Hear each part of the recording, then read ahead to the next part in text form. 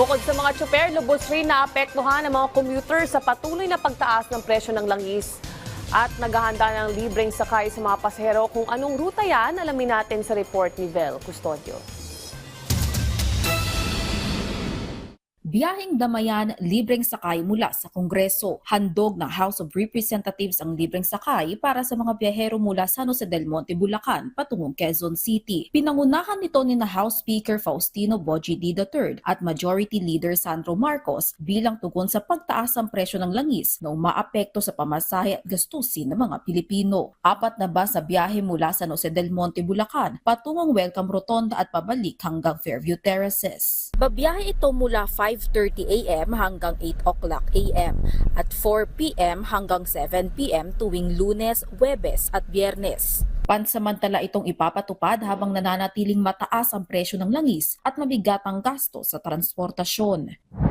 Handa namang mag-donate ng sweldo ang ilang kongresista para maibsan ang pasanin ng mga Pilipino dahil sa pagtaas ng presyo ng petrolyo bunsod ng tensyon sa Middle East. I'm waiting for the initiative to come from maybe from some sectors of Congress, and once that happens, siyempre tutulong talaga tayo kasi alam natin kung gaano kahirap yung dinadanasan ng mga Pilipino ngayon, especially yung nasa public transport. And of course, we will try to push for social relief para sa kanila. Ako, I'm willing to donate. No, wala namang problema ako. There's no problem about that, about putting up our own personal support to our constituents that are affected. Ayon sa mga mambabatas, hihintayin lang nila ang inisyatiba ng liderato ng Kamara sa kusang loob na pagbibigay ng bahagi ng kanilang sahod. Nauna nang sinabi ni Speaker D na handa ang Kamara na maglunsad ng hakbang suporta sa gobyerno matapos ideklara ni Pangulong Ferdinand R. Marcos Jr. ang State of National Energy Emergency at maisabatas ang Republic Act 12316 na nagbibigay ng kapangyarihan na suspindihin o bawasan ang excise tax sa petrolyo.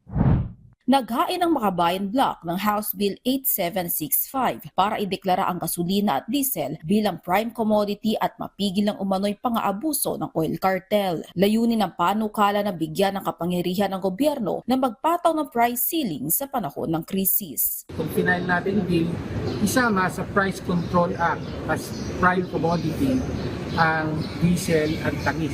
Mabibigyan ngayon ng kapangyarihan ng gobyerno sa panahon ng emergency na mag-control sa presyo nito. Ayon sa grupo, malaki ang epekto ng presyo ng langis sa pamasahe, kuryente at mga bilihin. Ngunit walang kontrol dahil sa oil deregulation law. Kaugnay nito, pinag-aaralan na rin ang resolusyon para i-review ang nasabing batas. Vel Custodio para sa Pambansang TV sa Bagong Pilipinas.